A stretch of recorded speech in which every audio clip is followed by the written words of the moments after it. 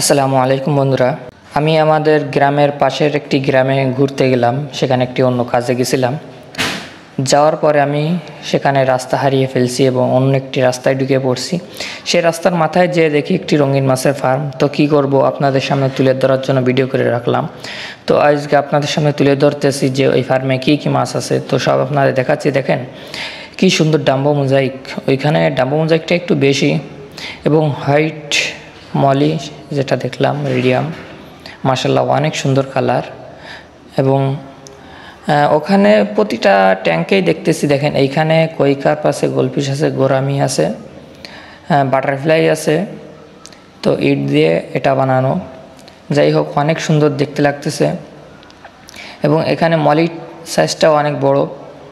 এবং আপনার প্রতিটা ট্যাঙ্কে দেখতেছি যে ডাম্বো মোজাইক, মাশাআল্লাহ অনেক সুন্দর কোয়ালিটি, অনেক সুন্দর কালার।